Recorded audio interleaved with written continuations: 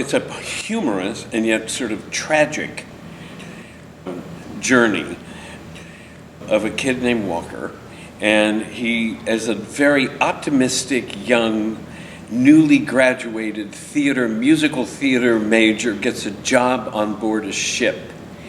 Little realizing when he gets this job on board a ship that he is going to tap into his life's insecurities and will eventually bottom out. And then we follow his journey where he gets back into shape. So he goes from the ship to shape.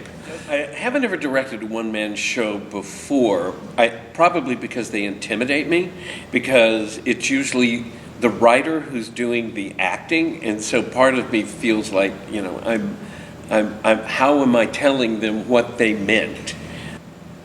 Which is, part of directing is trying to help actors get to what the writer meant. So when the writer is also the actor, you're stuck with, oh, and by the way, this is what you meant.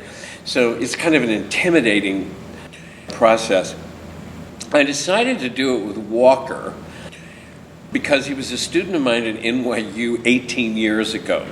And so there was something about revisiting an ex-student that seemed intriguing, because I could then see both where he was as a person and where he was as an actor. So it was kind of a dangerous experiment on my part.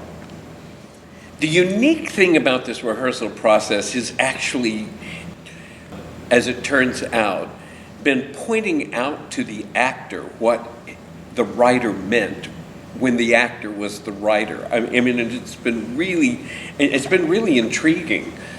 I think working on this piece has made me aware how different it is to write something and to act something. It's something I wouldn't have thought of as an experiment, but having accidentally bumped into it, I'm really glad that I did, because it's really kind of firmed up in my mind the difference between acting and writing. I think all of us are borderline on the verge of mental illness. Some people hit it more, but I think we're all right there. I think life is a surprise to people. And I'm old enough now to look back on a life and know how many surprises there have been. So I think in an odd sense, the play, which is slightly a descent into hell, is a cautionary tale.